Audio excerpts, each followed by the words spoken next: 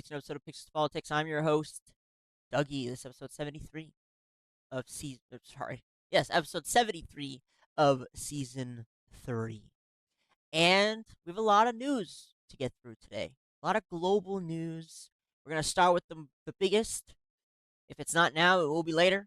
It is rapidly changing situation from hour to hour, basically. And it is, of course, the Iran U.S. Strait of Hormuz situation. I don't know what else to call it. I think now it's officially a war.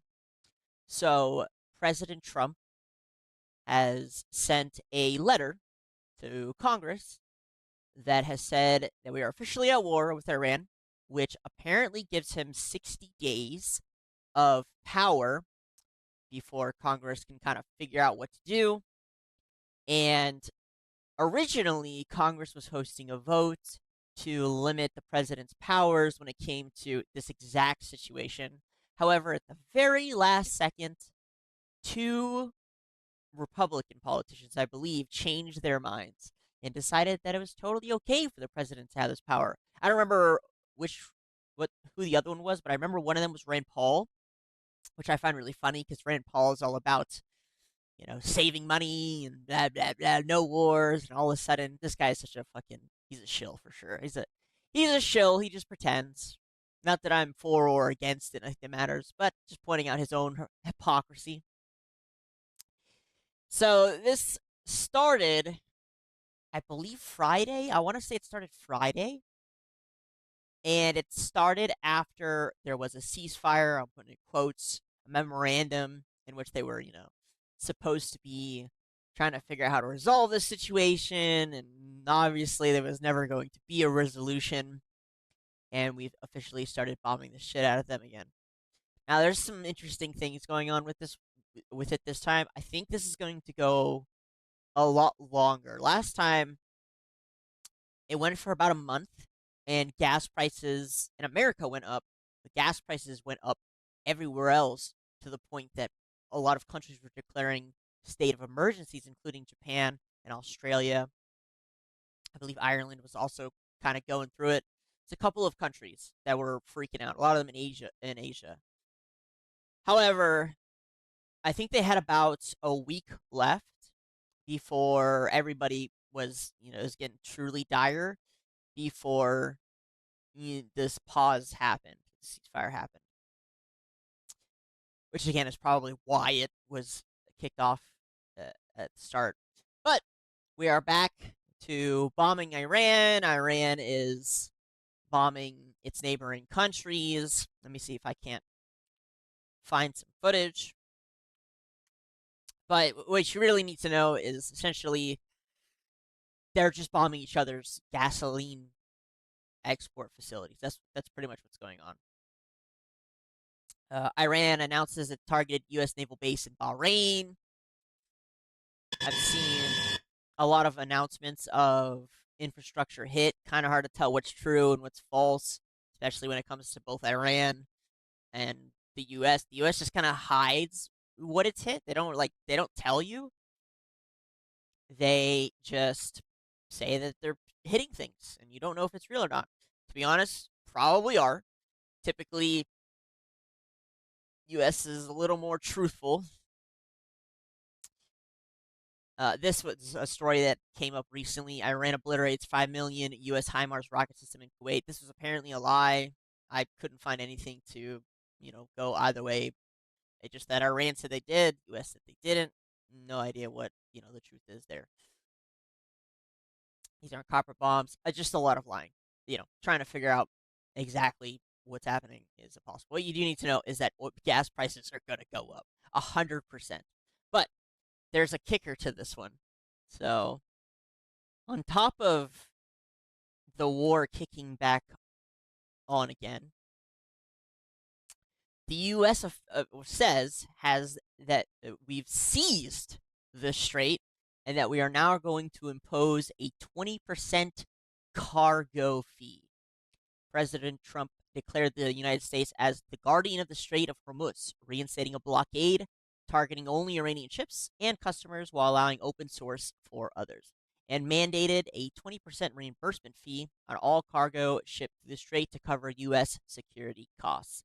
He stated the U.S. will seek reimbursement from Saudi Arabia, Qatar, UAE, Kuwait, Bahrain, and Israel for protecting the strait and escalating tensions with Iran. Iranian Foreign Minister Syed Abbas Araghchi responded that Iran has always been and will remain the guardian of agreeing on compensation for security, but calling Trump's 20% fee too high and pledging fairness from Iran.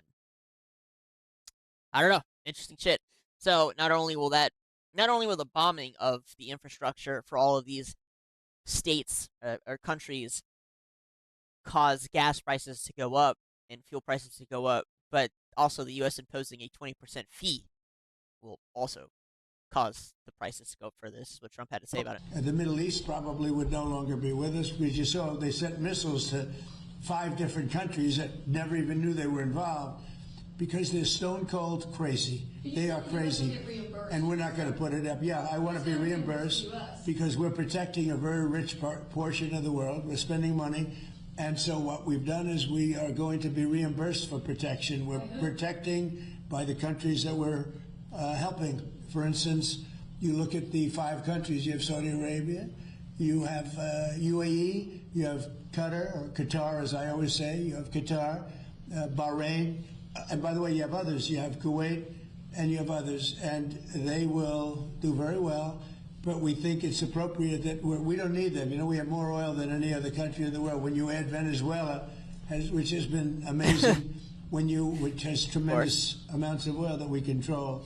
When you add Venezuela and everything else, we have more than 50% of the world's supply. We don't need it, but we need it from the standpoint of protecting allies, et cetera, including Israel, including Saudi Arabia, including Qatar, including... Usually the way this fight has been going on, the U.S. and Israel have announced that they're working side by side. And typically, I guess they kind of do, but they didn't do that this time. Instead, they sort of announced the pursuance of their own goals individually. So at the same time that we are taking the Strait and bombing Iran, Israel is bombing Lebanon and invading them further. Now,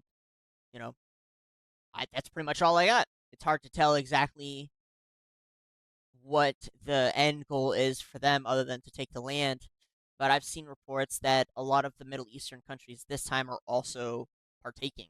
I don't know how true it is. It's nearly impossible to get unbiased news in this particular area of the world. It's just impossible. So, I've seen reports that Saudi Arabia is also bombing Lebanon. No idea, guys. No idea. What I do know is that the war's back on. What we saw last time was fuel prices skyrocket. We'll see that again for sure. There's no doubt in my mind. And the only reason there was never ever going to be a peace deal. That was just never going to happen. It's just not in the cards.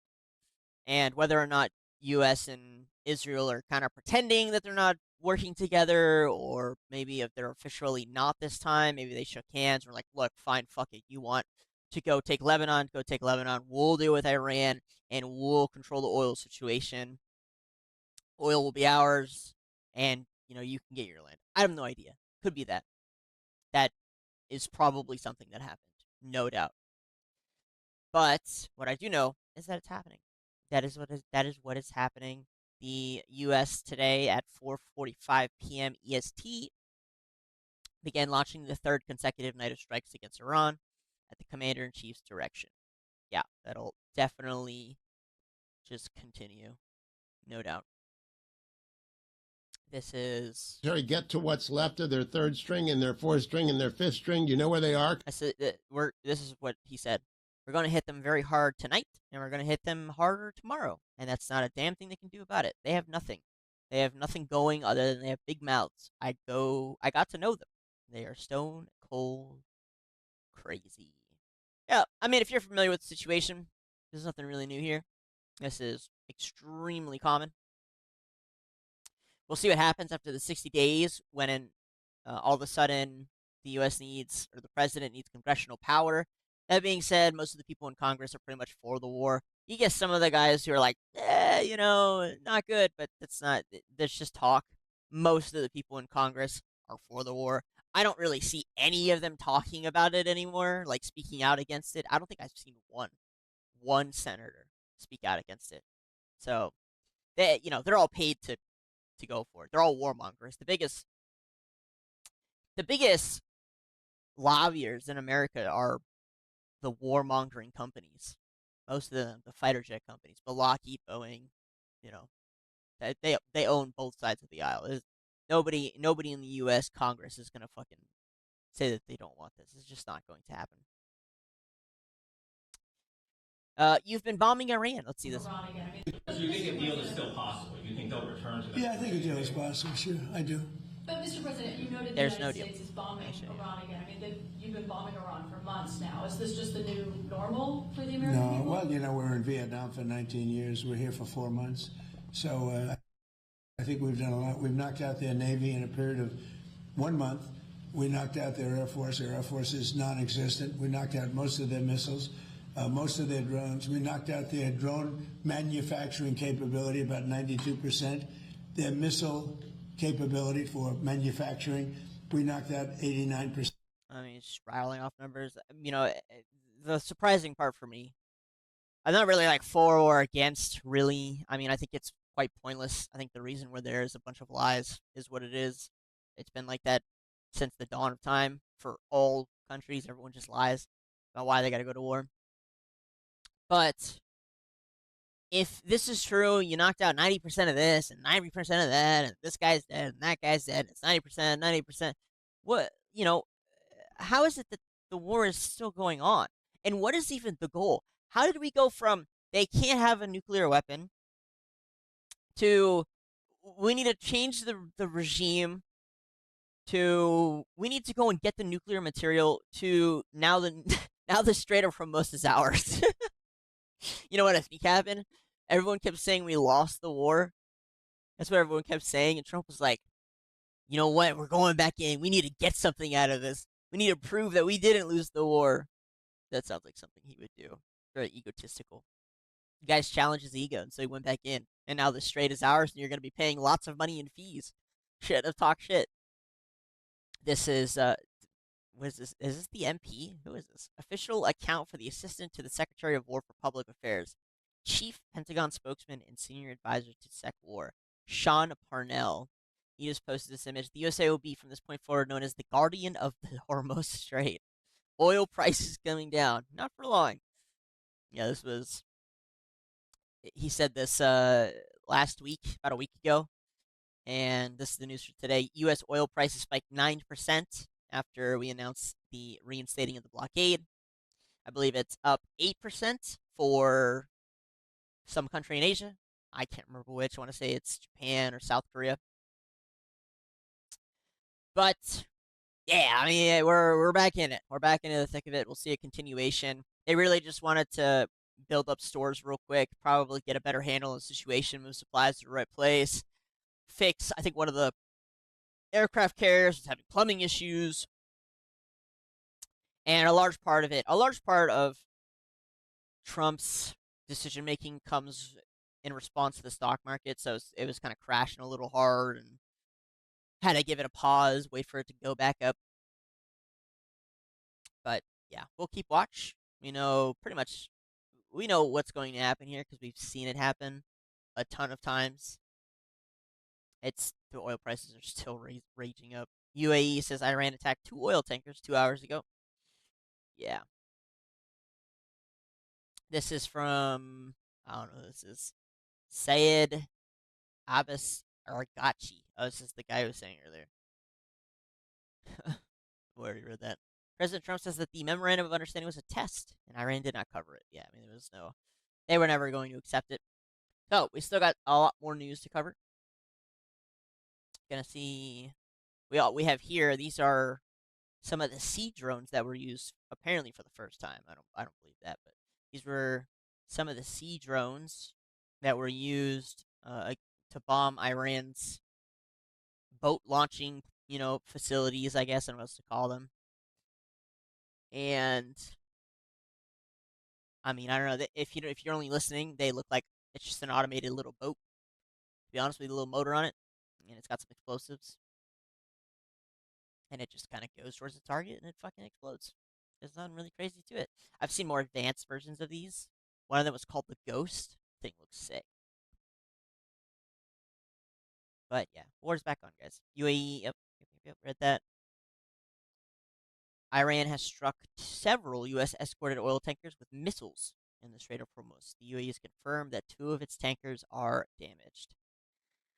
Oh, it's not looking good. I don't think people are going to pay any price if they can't even get the ships out.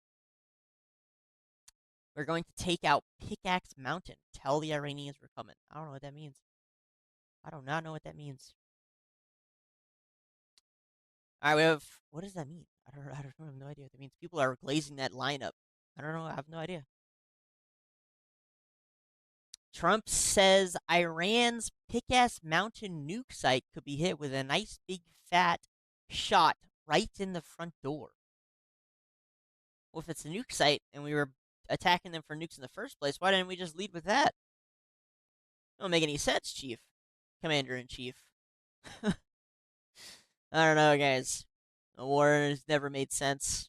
I doubt it ever will. It's another war in the Middle East. The U.S. is back at it again. We just can't help ourselves. But, alright.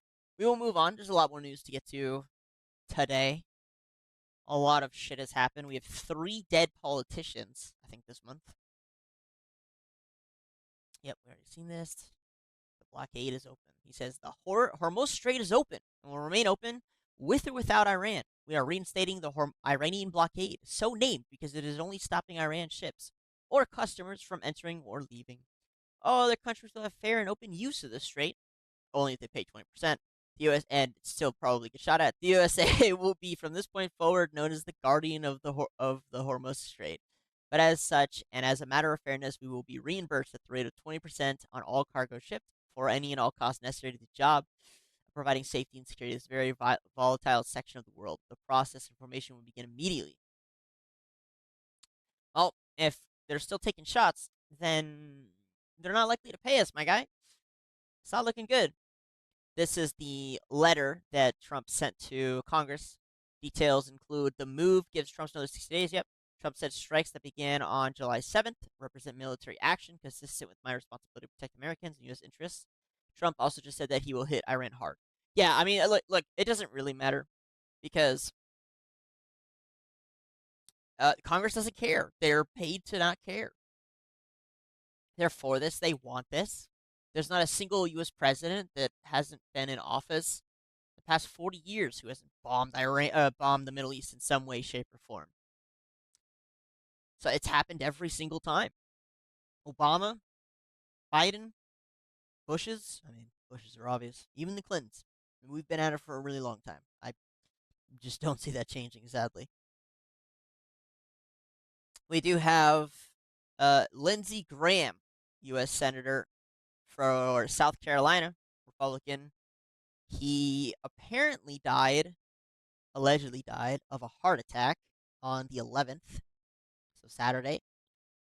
And yeah, it's kind of tough. Never talk ill of the dead is a firm belief of mine. However, I will say I didn't like this guy at all. He's your classic neocon. You know, I mean, he'd fit in great with what was going on today. He'd prove a lot. Passed away allegedly of a heart attack. That being said, there's a rumor that he may or may not have actually died in a bombing in Ukraine. He was visiting a Ukraine drone facility that was bombed at the same time he was allegedly there. The next day, he's found at his home, having suffered a heart attack. And so the conspiracy that I'm not really looking into, you guys can do it if you want, is that he actually died in that bombing. And of course, they don't want to freak everybody out. And so they're trying to cover it up as a heart attack instead. Apparently, the FBI is investigating for some reason. They think he may have also have been poisoned by Russia in some way. Who knows? But he's gone. He was a hardcore neocon. Pretty much everything my people fucking hate about the government, he was very much for it. I won't. I'm again not gonna speak ill of the dead. You can find all kinds of fucked up stuff about him out there. This guy was at the frontier of the neocon leadership nonsense. He was front and center. At the same time, we had Mitch McConnell, who apparently, let's see if I can pull it up. He's doing well. He's actually alive, so they say.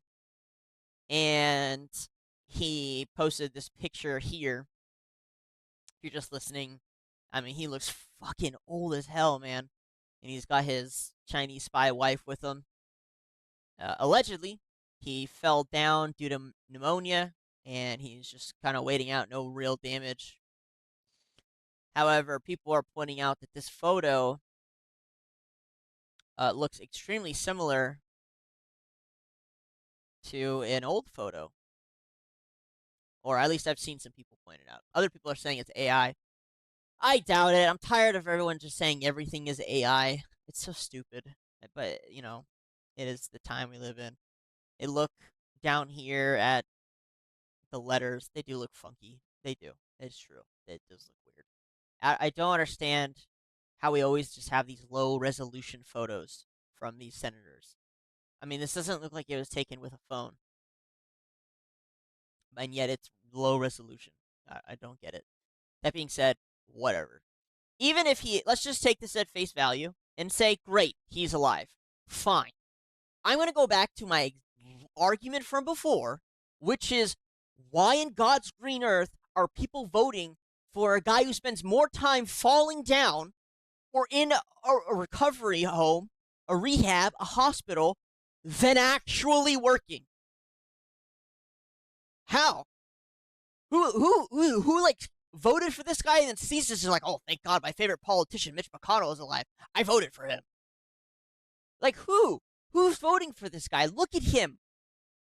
No, I'm not flaying him because he's old. I'm flaying him because he's not supposed to be a politician. This guy literally is falling down on camera every 10 seconds. He's either falling down on camera or he's having a stroke on camera.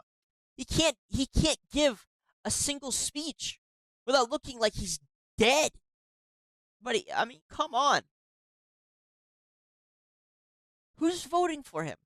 I mean, seriously. It's old people. It's old people. Old people are fucking, oh, thank God. My favorite politician, Mitch McConnell's alive. Oh, God bless. Man, he looks so fucking old, bro.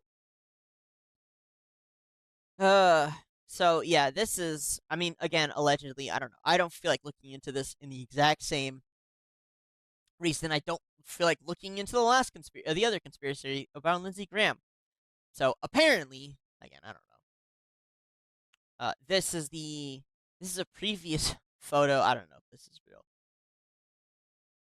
This is a previous photo of him in a previous hospital stay. I mean, it looks the exact same. I don't know if this is real or not. But whatever. Again, even at face value, let's say he's alive. Let's say he's recovering. Bro, he is too old to be a senator. Stop voting for him. Stop voting for him. Please. What are you doing? The fuck? It's ridiculous. It's ridiculous. It's just absurd. I'm tired of old people. And people like point out like, oh, look, he's got bruises on his skin. He's got these blemish marks. Yeah, bro. Have you never had a grandparent? They walk around, they bump into things, and then their arm explodes because they're old. Their skin is super thin. Their blood vessels are thin. It leaks when you poke them. That's what happens. It's because they're old. They're old as dirt. Why are we voting for this guy? I don't even blame the politicians anymore. I blame the people who vote for this stupid shit. It's absurd. It's completely absurd. But again, it's just fucking old people, man. It's boomers. It's boomers. Guys, promise me when you're old, your ego won't be so large that you dismiss the possibility that you just don't know what the fuck is going on in the world anymore because you haven't kept up to date with technology. But whatever, maybe he's alive. Fine, I don't particularly care. He might as well be dead because he operates like he's dead. He falls everywhere. It looks like he just gives up on speaking in the middle of conversations. And yet this guy is supposed to be making decisions for the country. We have more news. Milwaukee sent an internal, and this is for about flock cameras, which we've been covering last week. We covered twice, I think. Milwaukee sent an internal affairs detective to investigate a cop caught using flock surveillance cameras to stalk his ex, which we covered. This is an entirely different department and situation. We previously covered 5 other people who were caught doing the exact same thing. But that same internal affairs detective has now been charged with using the same flock cameras to stalk people himself. He even planted a GPS tracker on a victim's car. The investigator was the abuser. Yeah, I mean, quite simply, this technology is just so powerful in itself that just giving people on the ground like this unfettered access to that much data on anybody else is so insane to me. And again, it's against our Fourth Amendment right. It's against our Fourth Amendment right. The police are not allowed to access information like this. They're supposed to have a warrant. This is unconstitutional, and this is exactly why. Because it's immediately abused. Again, it's mostly women who end up paying the price, too. Because, of course. I'm going to jump over to the EU. This is a ad in Germany. Again, if you're just listening, it is a picture of a woman breastfeeding. And it says, in Germany, ads displayed in metro stations show a mother with 2 young children. The message on the advertisement reads, the future or a climate killer, implying that our children are destroying the planet. Yeah, I don't understand how these ads are functional or, out there at the same time as no one will shut the fuck up about our birth rates. Doesn't make any sense to me. It's retarded. But yet those ads are everywhere. Covering Germany ads should be an episode in itself. For Europe, we're going to talk about the obvious, which is the digital chat control and the unlimited migrants pouring in, committing crimes, because it's EU. Can't help myself. Most popular names of children born in major cities: Tokyo, AO. New York, Noah. London, Mohammed. Manchester, Mohammed. Berlin, Mohammed. Brussels, Mohammed. Amsterdam, Mohammed. The Hague, Mohammed. Yeah, I mean, big surprise. The EU are now Muslim countries, is what it is. It is what it is. 3 French nuclear reactors have gone offline, and 7 more may run at reduced power due to climate regulations restricting reactors from discharging hot water into rivers during hot weather. What's funny is this. I put this in here, and I put some more news in here that has to do with people dying on record from the massive heat wave in both France and England or UK. Why? They have the power. But you know what? This is not why the French nuclear reactors are going offline. The French, as liberal as they like to pretend they are, had a bunch of African colonies. They had the most African colonies of all of the Western nations by far. I think they were one of the only few who still had African colonies. However, all of those African colonies have rebelled, except maybe one. And guess what France was stealing from these colonies? It was nuclear. It was uranium. It was uranium. So my guess is, while they're pretending this has to do with the climate agenda, they actually just can't farm uranium anymore. And so their nuclear stations have to shut down. And this comes after I just did an episode on how we need more nuclear reactors to fund the future. France, I believe, is almost 50% powered by nuclear reactors. And they are apparently shutting down 3. And the others will be at reduced capacity. And why? Because of hot water into rivers during hot weather. Oh, Europe. Oh, Europe. Always an interesting place. Always an interesting place. Never short on news from Europe. Newly cited German police figures show immigrants account for more than 50%, likely all named Mohammed, of suspects in recorded gang rape cases while making up only around one-fifth of the population. The data reportedly lists 751 cases, with German citizens making up about 80% of the victims. Foreign suspects were most often recorded as coming from Syria, Afghanistan, Iraq, and Turkey. Yeah, I mean, we know.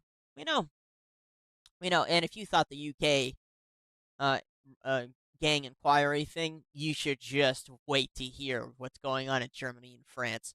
They'll never let us know the true extent. It's not possible. If they did, we would burn the whole thing down. So they won't tell us. But in Germany and France, it's even worse. It is even worse, which is an insane thing to say because the UK thing was bad. But it's worse. It is worse in Germany. 50% of suspects are recorded. Yeah. I would imagine it's higher. This is a follow-up for the chat restriction thing we covered last week, I believe Friday. This is Ursula von der Leyen, the president of the EU. Dr. Maria Melchior and we're not going to watch the full thing. It's 20 minutes long, but basically she says we need age-appropriate restrictions on platforms. This is not about whether children can access social media. It is about when social media can access our children for a safer start online for every child. Except there's no discrimination on who it is you monitor. You monitor everybody. That is what you just implemented, was a law that allows you to monitor every single person in the, in Europe. Professor Jörg Febert. As you know, President von der Leyen had launched earlier this year the special panel on child safety online. And look, I'm going to follow it up. We do need protection of children online. We do. It's needed. 100%. I've played a lot of League of Legends. I've coached children. I've coached full teams. And I was a high-ranking player, and that naturally drew a lot of attention. And I got to spend a lot of time around a lot of high-ranking players. And from all ends of that experience, children need protection. Okay? It just is what it is. And even as just someone who ran a community, children need protection. However, mass surveillance is, under the guise of protecting children is such a joke. There are, when you have the inquiry report that came out for the UK showing that there's probably an equal of size problem going on. Not that you can't handle both of the situations. This mass surveillance thing is, way down the list on solutions. The U.S. plans on having systems that identify who's a child as a form of protection. I don't hate it. However, I think it's somewhat of a joke because if they also allow those same children to turn on personalized ads, which doesn't make any sense to me, and I imagine the situation is similar.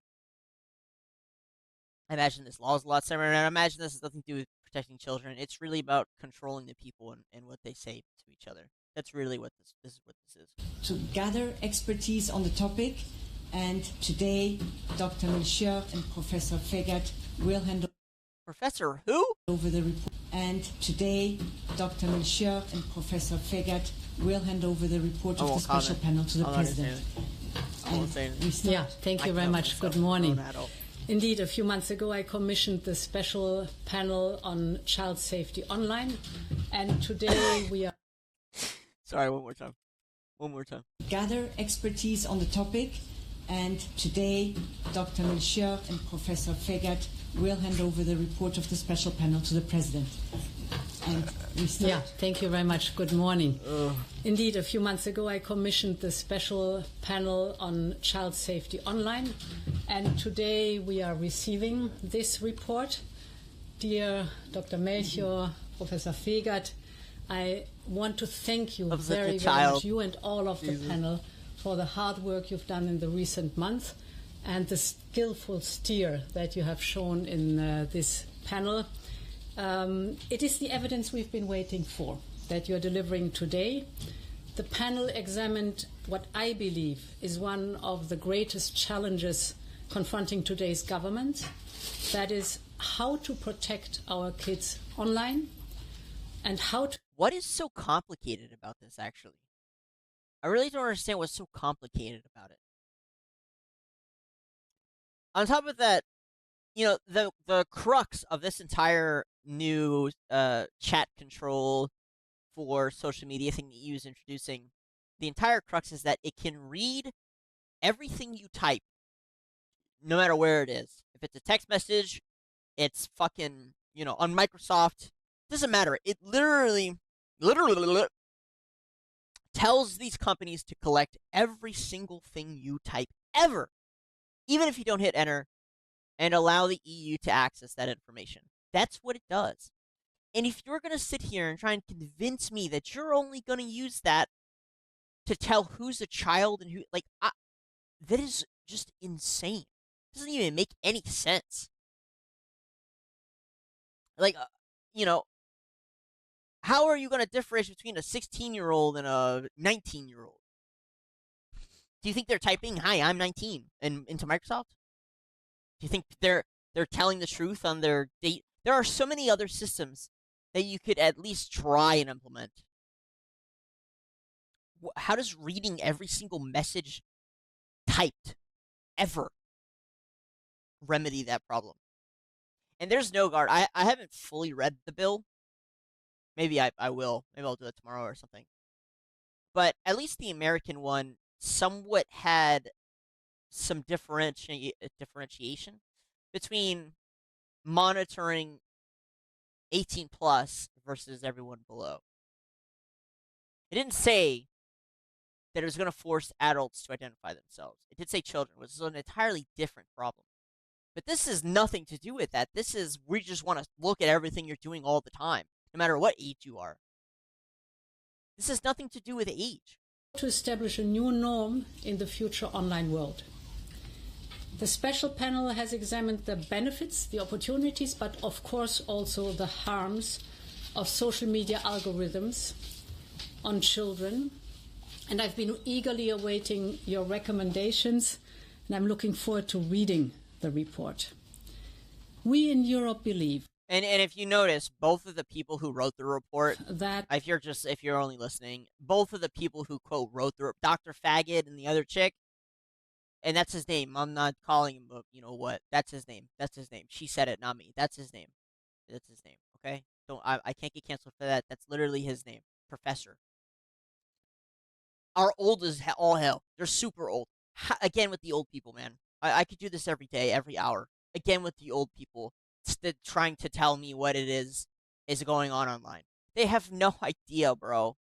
That parents bring up our kids and not predatory algorithms. To that end, let me be very clear, social media is not a toy. Well, ultimately, it is up to the parents to decide when children get their first smartphone. What we already have is a consensus that there needs to be a start date for the age children can join social media. The status quo, a world where we continue... So that age that they're talking about, I believe, across Europe is becoming 16. And basically, they're trying to stop all kids from joining social media unless they are age 16, which also happens to be the age of consent in most European countries, I believe. Which is, again, very different from the U.S. version. The U.S. version is, kids can go on social media, but they can't be, they have to be kind of protected from the algorithm, the event scrolling systems. They have to give parents the tools. Their algorithms can't contain content that's, would be harmful to them, such and such.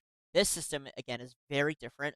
I don't necessarily hate not letting kids join social media till 16. I don't really see how it's a benefit at all. I just deleted my personal Instagram account. I still have my account for the show that I post on, which most of you kind of know me from. I don't see the benefit of children on social media. I really don't. I don't see any way, shape, or form. To be honest, I don't even see the benefit of people my age on social media, at least in terms of short form content. I don't genuinely understand what you truly get, which is funny because I post content on there. But when I post content, the goal is to show here's a snippet of a long form content where I go into more depth, boom, and I plaster it, of course. I don't see that for most people. For most people on social media, it is this entire game of can I convince you of some message within a minute, less than a minute, basically. And it's so impossible for you to, understand the context of that to actually gather the information and understand it in such a short period of time. It's not possible. But even then, most children aren't using it for that purpose. I don't really know what children are using it for, but I imagine it's not very good. Brain rot. The 6'7" thing is, scary to me. I went and visited a family member who is up at getting married soon, and the person they're getting married to has a younger brother. And like the first thing, we were having a conversation, and the kid's like in the elevator with us, and somebody said 6'7", and the kid just starts tweaking with the hand thing, and I see it so often, and I'm just like, what the fuck is going on? That it's like they've been programmed, they've been mind controlled. To allow big tech unrestricted access to our children will only consign another generation to more mental harm, addiction, and misery. And the data reveal the facts. Across Europe, young people now spend 4 to 6 hours a day on screens. Yeah, I mean, look, I'm not going to dismiss that social media is terrible for you in general. It's even worse for kids. It goes down. It goes a lot deeper than that. What's the kid show? Fuck. There's a real popular kid show, Cocomelon.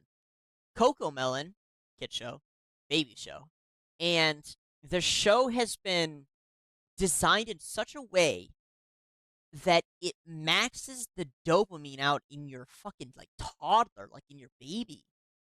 It's supposed to be like crack for kids. It's designed that way, which again is super bad. And social media is the same, of course. 6 hours every day. This adds up to 20 years of their life. At the same time, across Europe. Well, again, and I find this is real similar to the American situation, where I understand if you want to monitor who's a child and stop them from seeing certain shit or going on in general, or I would understand if you are trying to gatekeep everybody from adult content without proving that they're an adult. However, in America, somehow they landed up doing both of those things. And in the EU, they've taken it even a step much further in which, okay, yeah, we're just going to monitor everyone all the time, even when they don't hit enter. Which, doesn't really line up with what they're saying. Almost 60% of young children have experienced emotional and psychosocial problems online. And day and night, parents too well see the consequences of this. That is loss of sleep, depression, anxiety, cyberbullying. I don't know about you, but it's probably because they keep seeing migrants running around murdering everybody in Europe, or because of these politicians, or because they find out that their king and queen of their country is visiting an island and hurting children. Exposure to harmful content. And all this is happening while our children's brains are still developing. We cannot expect children to succeed in a system that was never designed with their well-being in mind when they are most vulnerable. And the system that is your politics is designed that way. How many children are dying from the massive heat waves going on? How many children get harmed by the endless migrants you let into your country? How many children will end up dying due to you allowing Russia to just walk across your borders? To raise 3 points. My first point. The platforms were the architects of these systems. Now they must prove that their services do no harm. In Europe, whoever develops a product is responsible for its safety. Car manufacturers must make their vehicles safe. We do not expect children to design their own safety seat belts. We do not expect parents to fit airbags at home. And the very same must be true for big tech. But this analogy is retarded. When a child gets in a car, Does the seatbelt just automatically snap itself on, or does the parent lean over and make sure that the seatbelt is on the child? Look, again, I'm not saying that we don't need tools to make sure children aren't getting taken advantage of or getting addicted on these platforms, but at the same time, I don't know, it's just a terrible analogy. It is, of course, the parent's job to ensure that the child isn't, seeing shit they're not supposed to. And honestly, I just fall back on Twitch every single time and YouTube. These two pretend like they're bastions for safety when they're just not. They're awful. This is why we have the Digital Services Act, so that providers remove harmful features, addictive algorithms, dark patterns, harmful content, or unwanted contacts. With our DSA, we have already taken strong action against TikTok's addictive design, and just last week against Meta. Because the rule in Europe is safety by design. Unless it's something that you're implementing, like the Great Replacement or whatever, then it's totally okay. The platforms have a duty of care to their users, especially to their most vulnerable ones. Rules for thee, so not when a young for person me. reports a problem, providers must respond quickly and effectively. Children's rights must be taken serious. Unless, again, you're the ones causing the violation, then it's totally okay. And companies must be held accountable. So we will continue to uphold our legislation and enforce our rules and change the system where it fails our children. Now to my second point. I mean, I could. It is repeating very it, so clear that mind we them. need age-appropriate restrictions to platforms. This is not about whether children can access social media. What does any of this have to do with you monitoring every single thing a person types ever within your countries? What does any of this have to do with that? Like, what? What the fuck? It is about whether my and God. when social media can access our children. The question is no longer if children face risks online, but what can we do to give children... What about the risks they face in person? Bro, I can't. I'm struggling, guys. I'm struggling. It's so insane.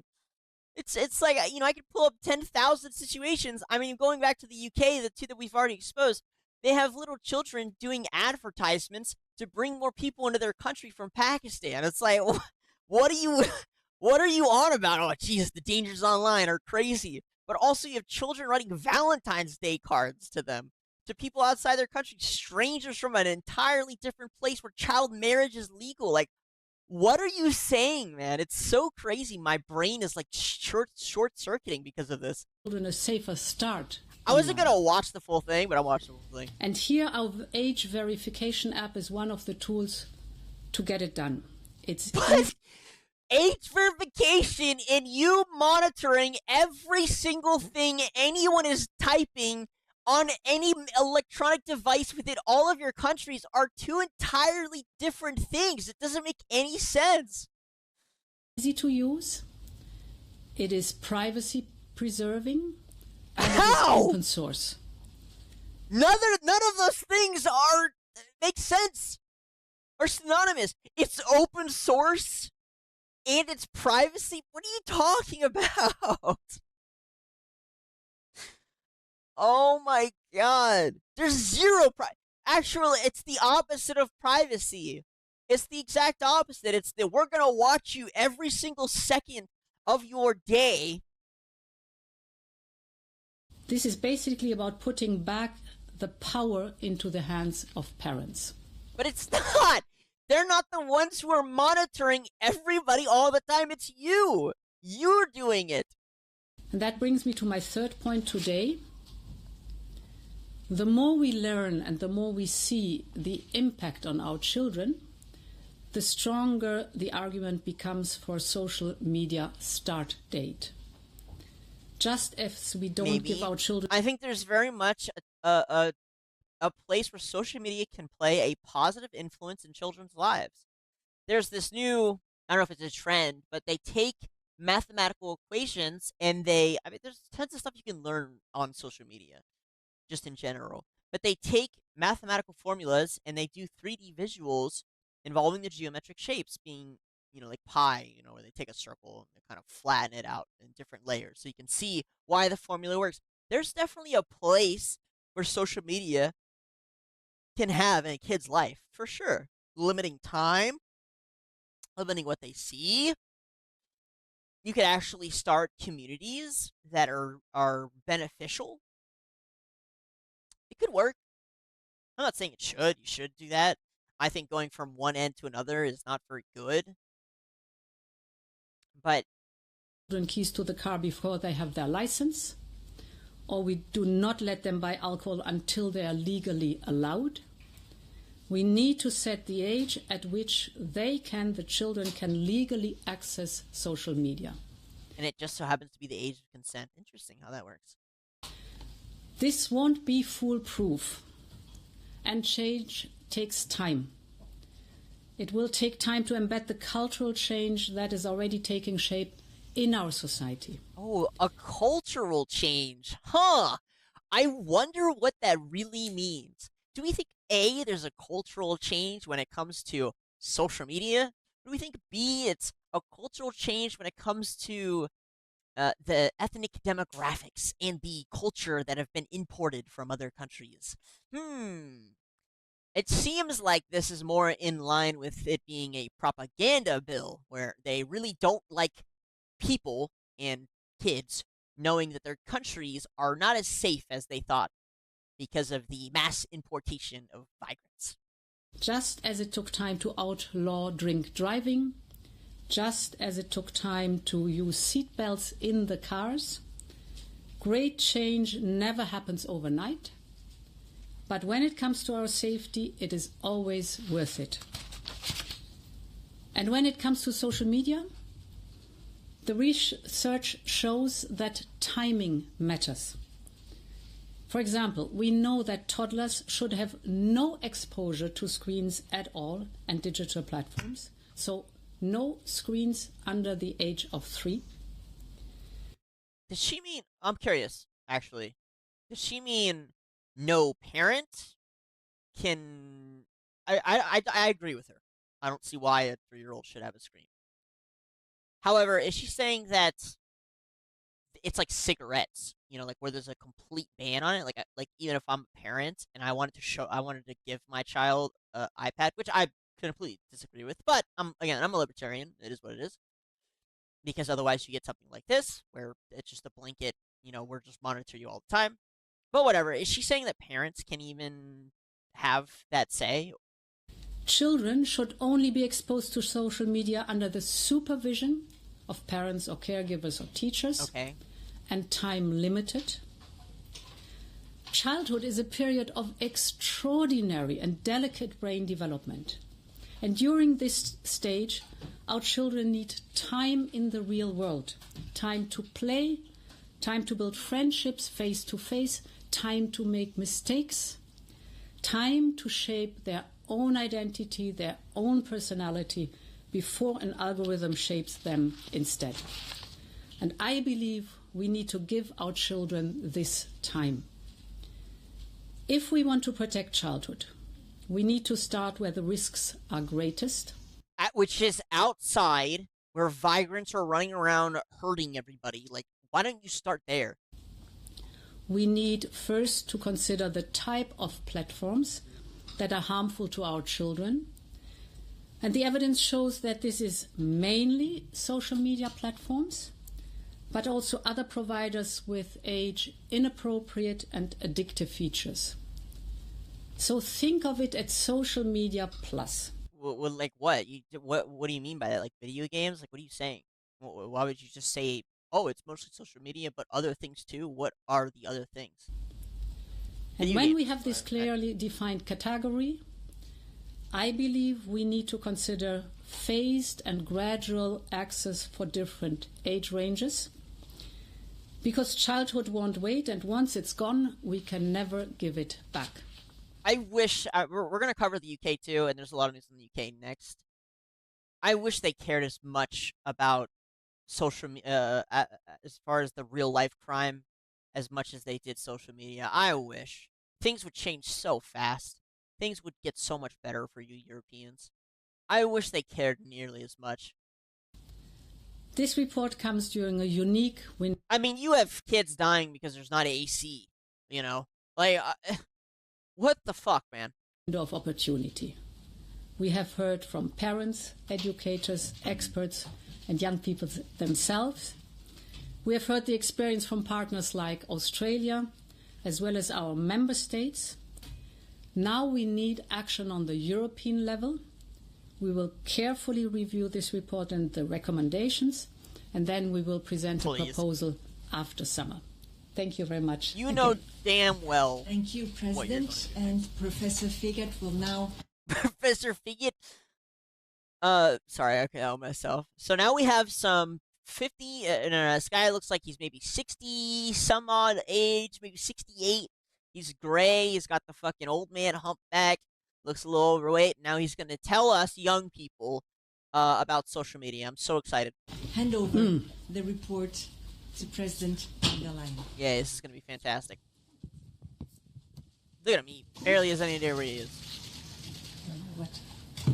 That looks like a fucking you know what. Exactly the right page I opened. Thank you so much. Maybe I read this book for you guys. Huh? Vielen Dank. Yeah. Thank you. Maybe I read it. And we will now proceed with the statements by the two co-chairs. And we'll Hey, start with Professor Dr. Figert, and this chick. Merci. Merci, Madame la Présidente. Thank you very much, French. Madam President, ladies and gentlemen. Good morning. Firstly, let me thank the President for your trust. It's an honour for me to have, together with Professor Jörg Fegert, guided this group on thinking about protecting young people and adolescents online. Professor Fegert and myself would like to express our gratitude to you for your constant interest and support for our work. The report and the recommendations which we are presenting today is supported by the expertise and the work of a number of specialists who are very competent. This is one of the most insane concepts I've ever heard in my life. Like, imagine we had a drinking and driving problem in the U.S., and our congressmen and lawmakers got together and they were just like, yeah, I know how to solve this. Let's just put a fucking camera in everyone's car and bar, and we'll just monitor everybody. Yeah. It's like, what? The hell? It's probably even worse than that. It'd be like, let's just see everyone who enters a bar. Let's listen to everyone who says they're going to go to a bar tonight or drink alcohol. Like, this law is insane. This law is incomprehensible to what it is they actually want to solve. Like, it makes zero sense. And talented, and would like to thank everyone who's taken part in the special group over the last months and who have shared their knowledge and their experience with us, and all of those who we met outside of the group as well. President, as you have said yourself in Copenhagen a few months ago, we're all aware of the extraordinary opportunities that technology brings us, but we also know that the potential dangers are just as great. And that's why, as co-authors of this special report, we're convinced that Europe needs to introduce protection measures to guarantee children and adolescents' safety in the digital. She did. I mean, did she not just like Freudian slip, or him? Instead of saying children, he said Europe. World. Our conclusions are quite clear. Children and adolescents need to be safe on social media and on other but not safe in person. Again, what the fuck? Digital services that they use, whatever the platform. Madam President, once again, I'd like to quote you. We need to take account the rapid developments in the digital world, and that's why in our report we talk about the universe of social media, or social media plus. And in the terminology of our report, we talk about the social media plus world. And we need to make sure that young people have safe access to the digital world that they can seize the opportunities to learn, create, and take part in the in their world as citizens in the digital world. We know that online risks are not the same for all children, but every child, from wherever they come and whatever their context and their living conditions, need to have the same rights to grow up in a safe online world. And that's why we're recommending that very clear rules should be put into place about how... Again, this reminds me of League, where League of Legends had this high period of really toxic, I mean, the community is still toxic, but it was a super toxic community where there were a lot of people who were trolling. So, as a form of stopping or being involved with it, when you got into a game and you saw that there was a known troll, okay, because you could look at the history of that person's games, you could identify this person's a troll. I'm not going to play this game with them, and you could leave before the game started. Now, Riot came out and said, okay, we're going to fix the trolling problem, but also people leaving the games before they start is causing an increase in time before people get into games. And so they said, okay, don't worry, we're going to fix the trolling, but first we're going to stop people from, it's called queue dodging the queues. And so they stopped people from dodging queues. They increased the punishments to some insane, absurd amount, and people stopped dodging. Kind of most of the time, you just made like 5 accounts and you would just swap accounts like crazy. But for the most part, dodging decreased by quite a bit. They never actually fixed the trolling. Never. I think recently it's gotten a tad better, but people also don't play the game as much, so, who the fuck knows. But the point is, this is the exact same thing. You have Europe who's like, yeah, we really need to protect children, and there's problems in real life and online, and the online's the easiest to fix, but don't worry, we're totally going to fix the problems in real life too. No, not at all.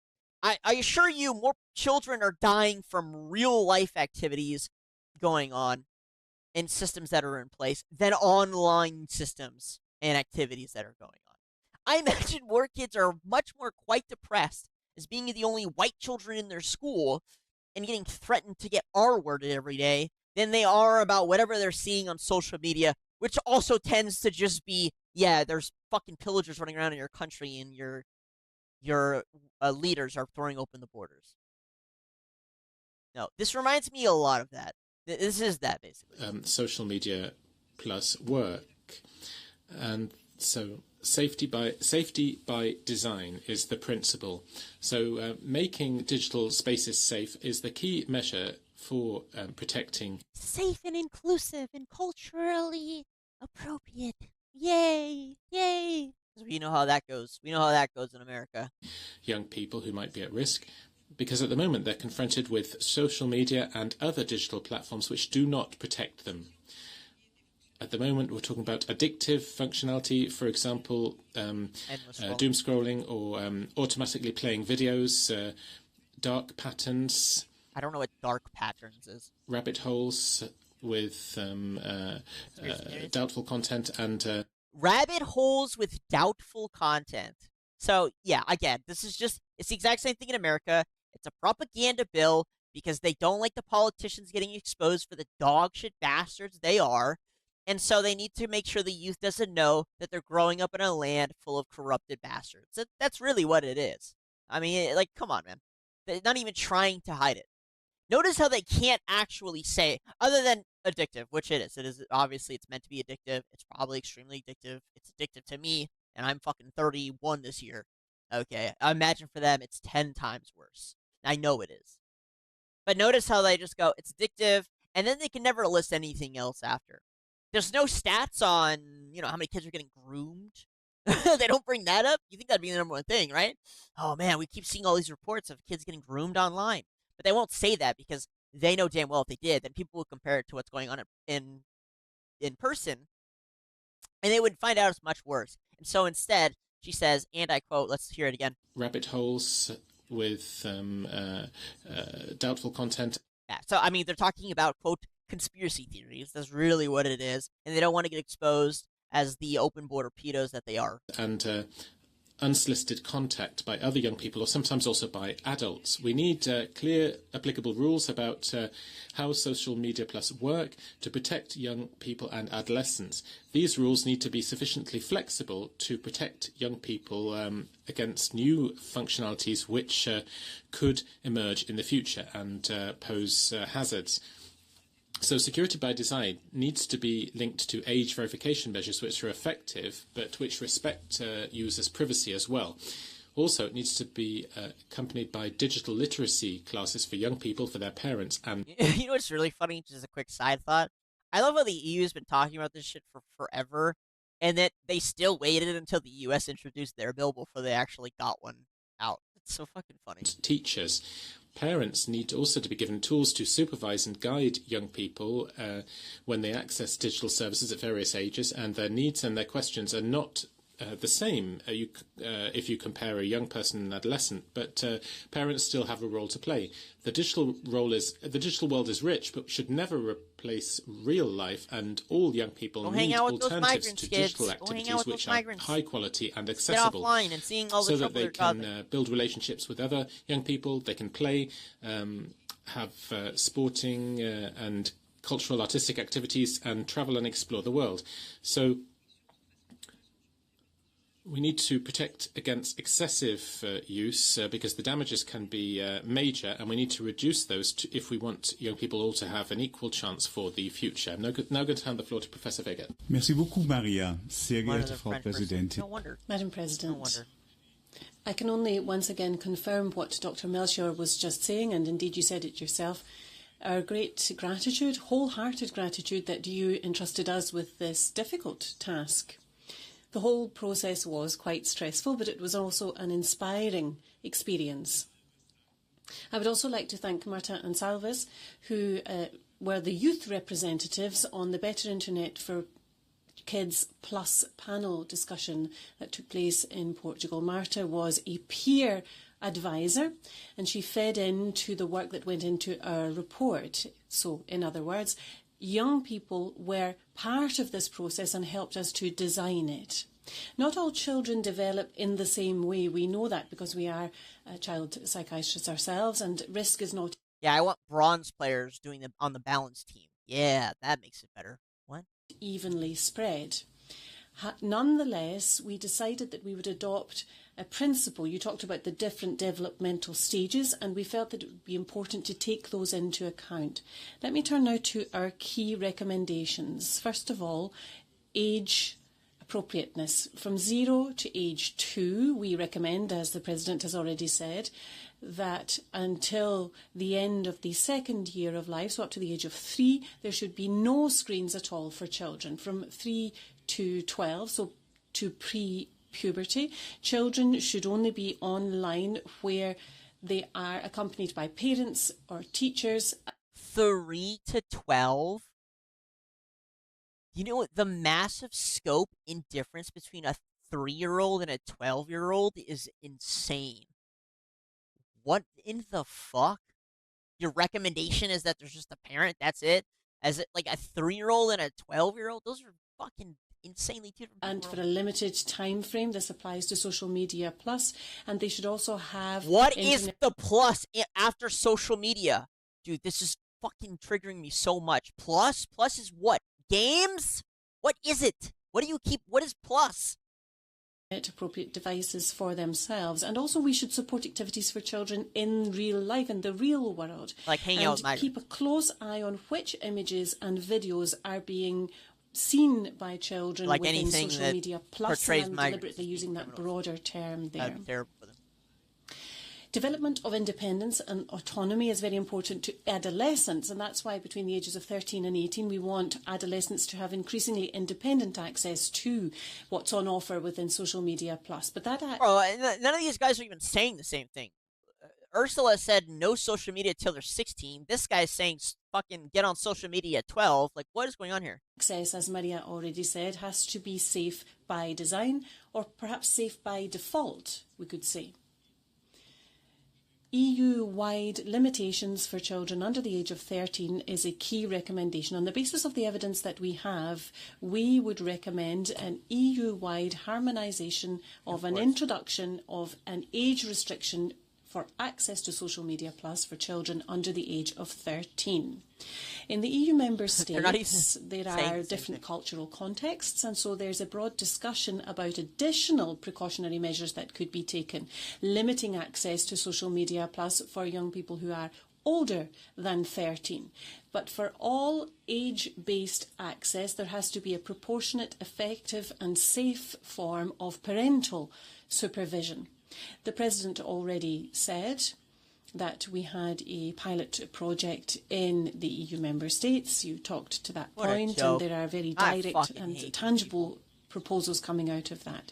Country-specific additional precautionary limitations for those over the age of 13 could provide an incentive to come up very quickly with ideas that are safe right from the very outset, which is what we want as our overarching aim.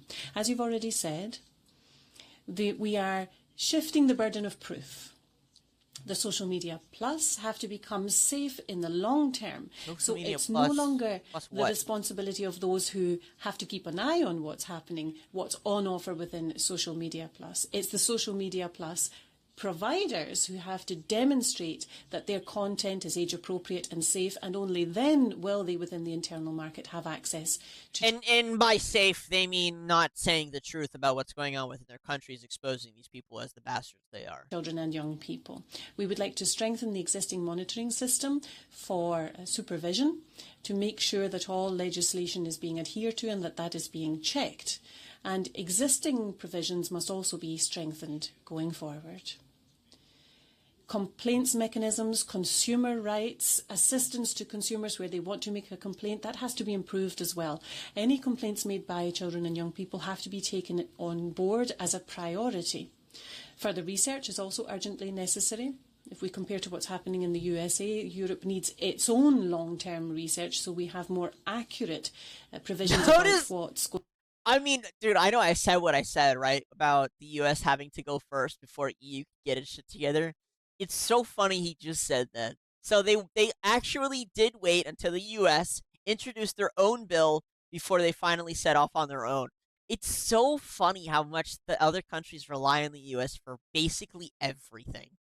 They couldn't even get a law in place. They're supposed to be like this. The EU is supposed to be this bastion of like consumer rights and protection. But even they wait until the U.S., draws up their own legislation before they finally push their own forward. Jesus, bro. The EU is just I don't know, I just laugh at you guys. Going to happen with social media plus, and we can take the right decisions. We know that there's a change in behaviour.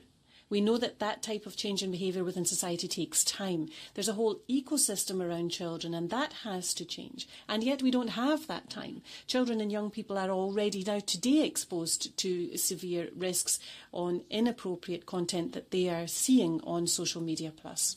And that's why we need immediately a long-term solution against any sexual abuse of children and inappropriate content online. I agree with you entirely. At the very first meeting of the special panel, you said that if anything is forbidden and prosecuted in the real world, that must be the same online. Thank you. But migrants aren't, but grooming isn't persecuted in the real world. You guys let it happen all the time. From Norway to Spain. I see it happen all the time. You don't persecute, you just let them go free because they're too stupid to understand the law. So what would be the point of doing it online? I don't understand. Obviously, this is what it is. I'm fucking, beating the shit out of the dead horse, but I mean, it's just ridiculous. It is genuinely just ridiculous. And protection for children online, I'm so for it. You guys have no idea. I've been for it since the beginning.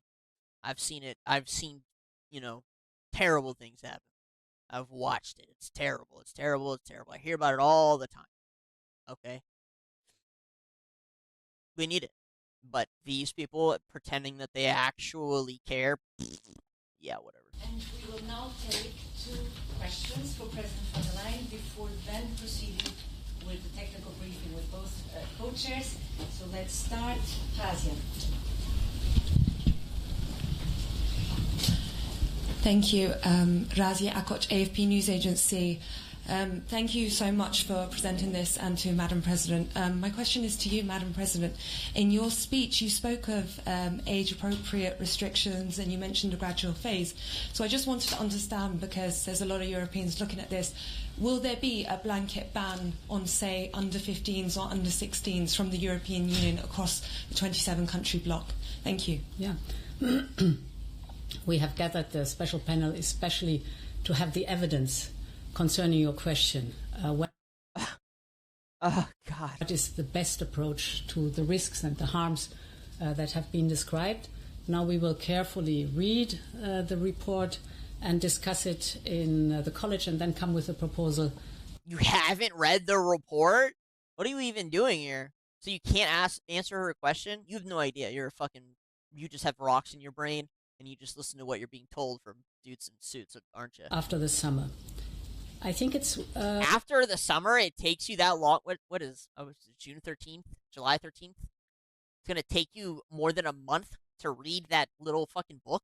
Important to repeat what... Oh, it's because they're all on vacation. I totally forgot. I forgot EU Parliament. They're all on vacation right now. Summer vacation. Like they're fucking grade schoolers. We just heard from the experts, because the experts? They didn't say anything technical. They just said social media addictive, and there's inappropriate content. No more social media for children. What is it like?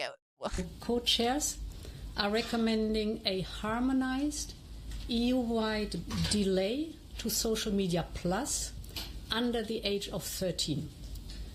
And I think it is a staged approach that you are promoting here. So if we start with the youngest, toddlers, no screens. We know, bro. We know. Dude, old people are fucking worse than children. Access to social media only under the supervision of parents, caregivers. Yes, we know. We heard what the other old pervert said. We given know. by the platforms that they are age appropriate and safe for teenagers. We know. Beyond the age of 13, approach very convincing.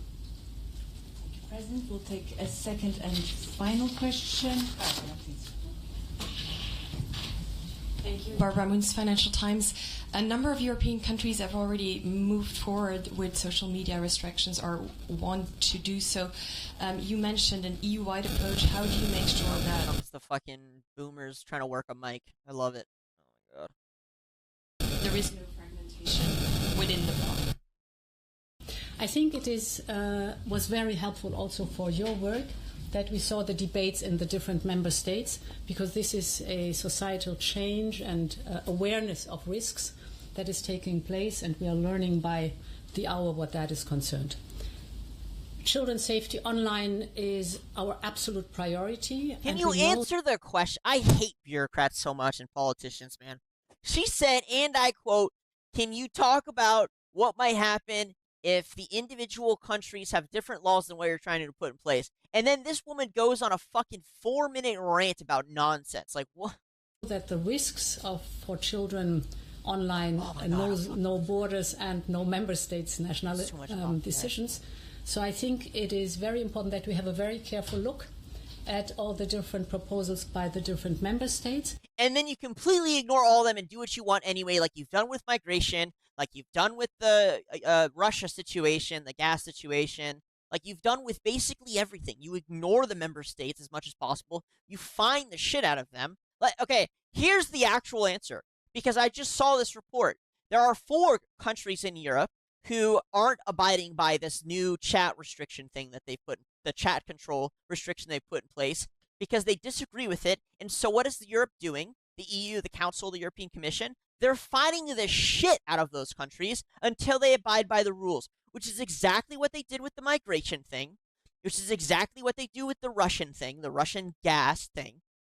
Like, I know this, okay? And I'm not even a European. And so for her to be like, well, you know, we're totally listening to all of the countries and we'll take all that into consideration. No, you won't. You literally aren't even doing it right now. You've already started finding the countries that aren't following your rules. Like, what are you saying? You've done this repeatedly, including on the specific law. Like, what? integrate that in the work and then come with a proposal, as we often do in the European Union, to harmonize the approach and to find a common solution. You don't But know. what is important, you see with all the activities, everybody says there needs to be regulation on social media platforms. There needs to be regulation so that we can stop children from being addicted to social media. So do you want to know what answer we came up with? Let's just monitor everything everybody types at any given moment. What? Having access to our children at what age and when, and what are the preconditions that the platforms have to prove they are respecting that as safety and age-appropriate content. God, I'm so happy not to be a European. All right. Thank you, President, and thank you. Whatever. All right, that's the end. I said I wasn't going to watch the whole thing. I couldn't help myself, guys. It's just, if you believe this, you deserve what's coming. Yeah, I mean, again, children's safety is up to the parents, not the government. I mean, the government's literally working against, their own people. Like, we just showed an ad in Germany that said that children were harming the environment as if they care about children. Like, what? What are you saying? This is not about whether children can access social media. It's about censoring political opponents. I mean, it's not just about censoring political opponents. It's about censoring everybody. The first thing they did around this particular law, the chat control law, was to immediately start censoring anyone who posted an episode on this. That's the first thing they did. Or, sorry, a reaction to this, a negative reaction. The very first thing. It has nothing to do with protecting children. How does censoring criticism of the law protect children? It doesn't make any sense. But, again, that's Europe for you. That is Europe for you. So, there is a part 2 to that law that eventually is coming about. Like she said, after summer. I imagine they'll probably have it ready to go and they'll fire it quite quickly. European countries reported more than 10,000 excess deaths during the record-breaking heat wave that engulfed the west of the continent in late June, official data showed. Yeah, and they're worried about social media. You have people dying due to heat, and you're worried about social media. Absurd. Almost 3,000 excess deaths estimated in England and Wales during May and June heat waves. But, again, social media is the problem. All right, we're jumping over to the UK. Going to cover some of the stuff that's happened over there. MET police were chased out of London last night by hordes of Muslims. One officer in a hospital with serious injuries. No, Kirsten. Sorry for how loud that was, but this is the video. You see, yeah, I mean, we can see the type of people here. They have the flags. They are exactly what you expect, and yeah, they're chasing the cops. They're chasing the cops around. This is exactly what I just described. Big surprise there. We've seen this also happen in France, and there's rumor that even in Japan, this is like an occurring thing. I mean, it's not, again, it's culture. It's what they do. This is the yeah. So originally I was going to compile the 3 dead politicians together, but in the UK, Anne Widdecombe, I don't know her name. She I don't know if I think she's a former PM or current, I can't remember, but someone drove like 300 miles and killed her. The current theory is that it's like left-wing, psycho, probably is. She was part of the Britain Reform, UK Reform Party, and she had this to say. Before her tragic death, and attack on woke diversity quotas, arguing that prioritizing identity over merit has significantly degraded the competence of politicians. These days, and it's why we have now such a low quality parliament on both sides of the House. I mean, it's really low. And it is because for about 25 years now, the major parties at any rate have selected by identity rather than merit. And I've actually seen this up close, firsthand. Smart woman. So they give priority to women, to people of ethnic origin, to gays, to whatever it might be. They're interested in quotas. Now, in our day, it was merit. And, the women had to take on the men and they had to beat the men. There was no question of, well, you get special treatment. And there's nobody of that quality in the House of Commons because they've come through a completely different route. But the worst manifestation is the Labour Party's all-women... And, of course, they had a killer. ...shortlist. So if you're a man who's lived in a particular constituency all your life, you've been to school there, you've brought up your own children and sent them to school there, you've used the local hospitals, you've made an impact in the community, oh no, you can't stand for the seat because it's reserved for a woman. That, to my mind, is a complete nonsense, and I'm sad I didn't know this woman until after she died, because it seems like I would have liked her. What guarantees low quality. And the first time that we had women as a result of positive discrimination was Tony Blair's first parliament. We could all tell who they were. Oh my God, she's a genius. This woman was a genius. We used to sit there on our side shouting out positive discrimination because they simply just didn't perform like the others performed. And I vividly remember about 6 months after they all came, 101 of them, you might as well have had 101 Dalmatians, quite honestly. So 101 of these new female MPs coming on the Labour side. And one of them came up to me in a corridor in the Commons and she said, Anne, isn't it horrible how the men are so rude to us? And I said, yes. And isn't it horrible how they're so rude to each other? And she hadn't thought of that. Aww. She'd just been roughed up in the chamber. She thought it was because she was a woman. In fact, it was because she was useless. Oh my God, dude, I'm so sad this woman got killed, guys. I've never seen anything from her before. I didn't even know her name until this event, until she was killed. She was killed by a psycho lefty. And fuck, dude, she seemed like she was actually she may have been a good politician. I don't really know too much about her other than what I'm seeing now. But yeah, she was murdered. And fuck, guys, that's sad. Seems like a fucking smart woman. She understood. She's probably a great politician. Probably cared a lot. And they fucking murked her. Damn, that's sad, boys. That's so sad.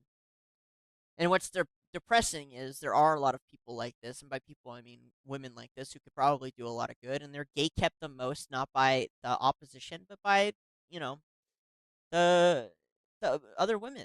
And these fake liberal men. Or, sorry, they're liberal men, but they're like fake feminists, right? Fuck, that sucks, guys. That sucks. So yeah, still kind of. Let me. Yeah, I mean, here's something on the the rape game thing. Killers, rapists, and sex offenders will be among up to 16,000 criminals freed early from jail from September. The Telegraph can reveal. Let me see. I'll click it. Let's go through it a little bit. So allegedly, this is in the UK. The prison system is a little overrun at the moment. David Lammy, the Justice Secretary. Oh, I have to pay to review the article. That's depressing. I'm not doing that. Anyways, we'll just take the headline for what it is. But I mean, yeah. So again, it's a lie that they're protecting children. I mean, most of you know that. You guys aren't stupid. It's a lie. Because if you were protecting children, why would you allow such a thing to happen? Why would you allow these people to go free? I'm gonna look up the chick's name real quick. Anne Whitcomb. And this is the murder suspect taking out his bins on Saturday 3 days after her murder. So they've got a lot of footage of him. Classic soy boy. Saying he may have been a little special, but to be honest, the evidence isn't really all that great.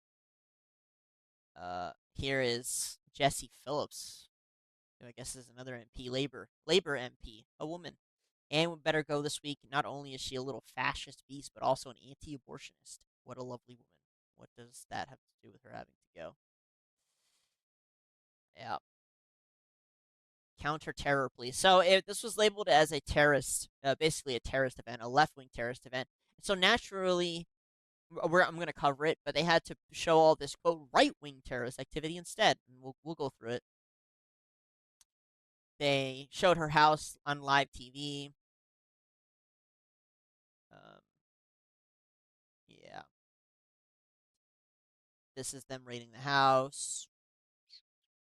Still kind of murky on who this guy is. If I had to guess, he's just a left-wing, psycho that we've gone through this a lot in America. There's a lot of them. They're murderous. It's what they do. You challenge their ideology with your words, and naturally they have to go and kill you. 26-year-old white British man has been arrested for the murder of former Conservative and Reform UK spokesman Anne Whitcomb. The 78-year-old former politician was found dead with serious with serious injuries at her remote home in Hator on the edge of Dartmoor. Yeah, you'll notice that they make sure to put the white British man in there because they don't when it's anyone who isn't white. When they're not white, they just say, "Oh, we don't know who it is." It's just a guy. There's really not much to that story. I see some people kind of pushing against the narrative. So at the start, they were like, "Oh, we don't know why. We think it was just random. We think he was just disturbed." But it's a left wing terrorist guy, and he went and killed her. And as you heard before, she sounded like a very fucking smart woman. And unfortunately, she's gone. Here is Keir Starmer's response to an entirely different situation. Shocking news that counterterrorism police are investigating a credible serious threat targeted at an Islamic event in Suffolk. Thanks to the quick action taken by police and the organizers, nobody was hurt. My message is clear. I will not tolerate any attacks on our Muslim communities or any form of anti-Muslim hatred. I wish you cared as nearly as much about the anti-white children attacks that were going on that was recently exposed. But you're a fucking joke, and that's why you got kicked from power. Next guy, and sadly, is even worse, and hopefully he gets kicked from power shortly after. You'll just endlessly cycle through your PMs because you're all incompetent. Oh, you'll notice how fast they are to go online and say, yes, we stand against this hatred, but it'll never be about the racism against white people that happened. Ever. Ever, ever, ever. Viral video from the UK reportedly shows a woman being told by police to move on while walking her dog because dogs are offensive to Muslims. This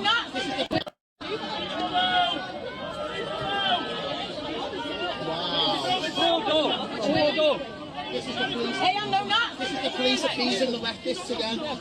Yeah, appeasing the leftists again.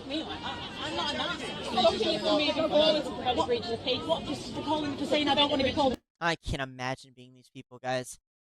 I can't imagine. I can't imagine what goes through their heads. I couldn't do it, personally. I really couldn't. It's just so absurd. You should be happy. Can't walk your dog because Muslims will get angry. Oh my god. Sometimes it's great to be an American. 12 people arrested over suspected right-wing terror threat against Islamic event in Suffolk. Yeah. So you'll see that they had to push this, right-wing terror threat story right after the left-wing killing of that PM, or ex-PM. And you'll notice that the BBC News had to limit the replies on here because, of course, it's censorship mostly. A joke. It's a fucking joke. It's a scam. Leave the UK immediately.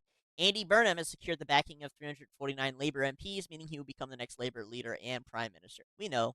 We know that. It's been obvious, of course. And the guy is an absolute menace to society. He's even worse than Keir Starmer. I just feel bad for the innocent people in the UK. Following a series of violent anti-Semitic attacks, we are making the largest ever investment to protect Jewish communities, over $250 million. Yet nothing on the rape gangs. Not a single thing. So when it's against Muslims and when it's against Jews, immediately everyone jumps on board and says, we have to stop this from happening. It's terrible.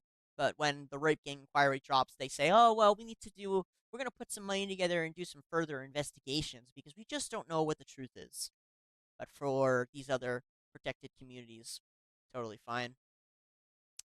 Meanwhile, in Manchester, UK, this is a machete fight that took place in the street. Oh no! Oh no! Oh no! Oh please, stop it! Okay, I'm gonna mute this guy. He's making it very unserious for me. But yeah, this is classic third world behavior. You run around machetes and you try and chop each other. It's a machete fight. If you're only listening, it's 4 people. There's 2 people on bikes and 2 people in a car. 2 people jump out of the car with machetes, and then they end up fighting the 2 people who are on bikes with machetes. This is the shit. Everyone here's a machete. I don't know. I can't. You're a third world country. It's terrible. It's your doctors and engineers trying to perform surgery on each other. The MET office estimates around 2,700 people died due to UK heat waves in May and June. And yet the biggest threat to children is, and I quote, social media. Yeah. What? This weekend, Itima environment was due to be attended by over 10,000 Muslims.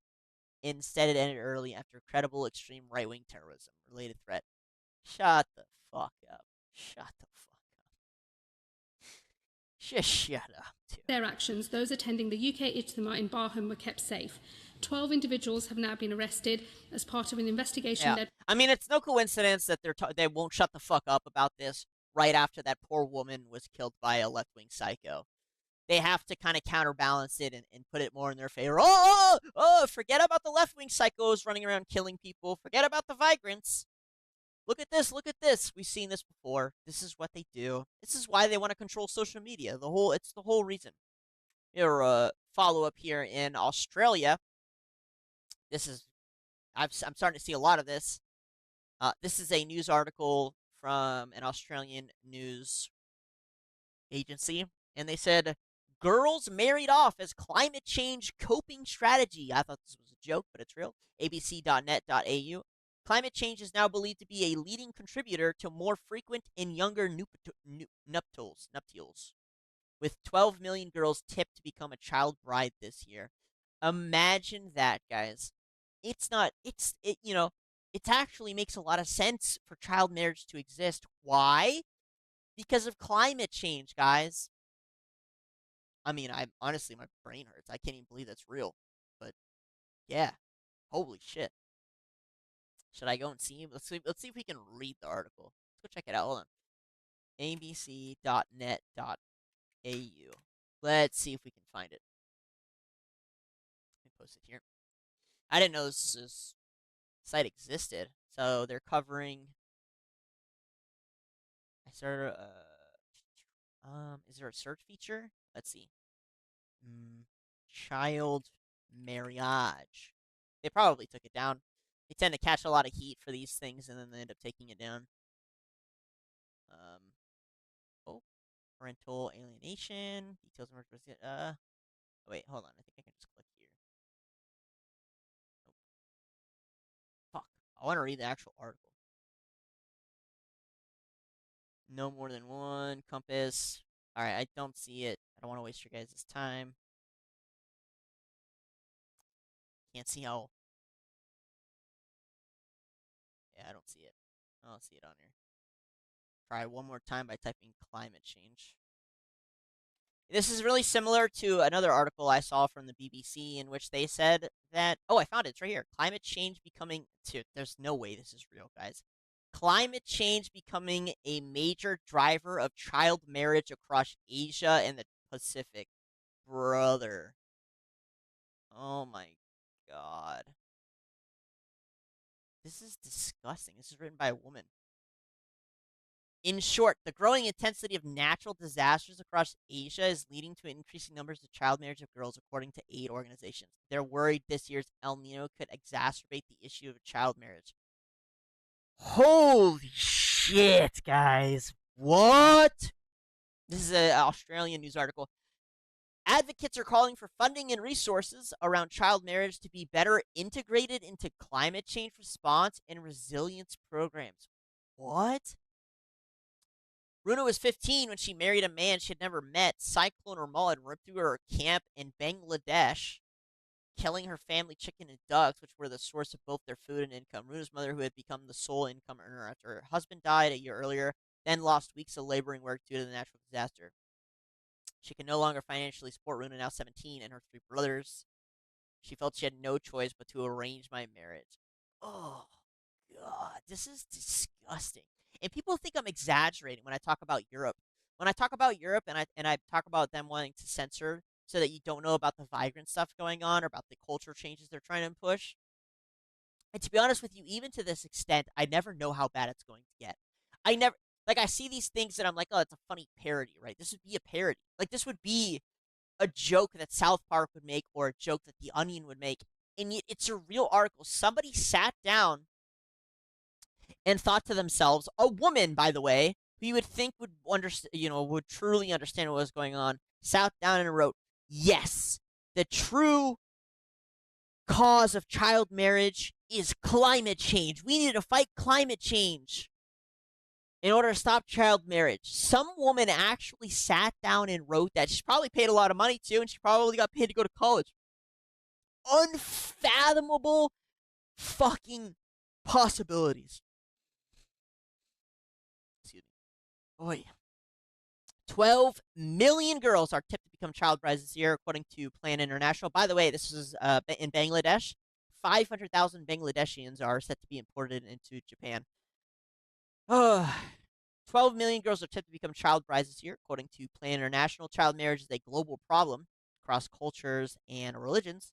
It is often inherently linked to gender inequality, poverty, food insecurity, and social norms and practices, including family honor and dowry payments. Climate change is now believed to be a leading contributor to more frequent and younger nuptials. Bro. Holy fuck, guys. I'm astonished. I really don't know. I don't know what to say. I don't know what to say. This is a real article that I'm reading right now. It's real. They believe climate change is why. They will do anything other than hold the migrants responsible. Anything. And I assure you right now that if I, a white man, had a daughter and a hurricane, I live in Florida, blew over my house, and then I had to go, it somehow came to the conclusion that I need to sell my daughter to the highest bidder in order to fucking get through the rough year. There's no way I'm getting defended in the same way that she's defending these Bangladeshians. I don't think it's happening. I'm just saying. I don't know, guys. I just don't know. I'm fucking shell shocked here. Whenever there's climate change impact, we see a spike in child marriage. Wow. The families look to lessen the burden because they don't consider girls to be part of their own families. They consider girls to be part of their future husbands' families. So investing girls is not a choice. It's like they're so close, but they just never get it. While climate change is not believed to be increasing the number of tropical storms worldwide. What? Okay. Scientists and meteorologists say a warmer atmosphere and rising sea temperatures and levels are increasing their intensity and the impact they have on communities. Okay. After a natural disaster in Bangladesh, child marriages can surge up to 39%, according to International Rescue Committee. South Asia, one of the most vulnerable regions to the impacts of climate change, accounts for most of the world's child marriages. Bangladesh has the highest rate in Asia, according to Plan International, with more than 50% of girls married before they turn 18. Well, I'll just disprove your whole climate change nonsense. Ready?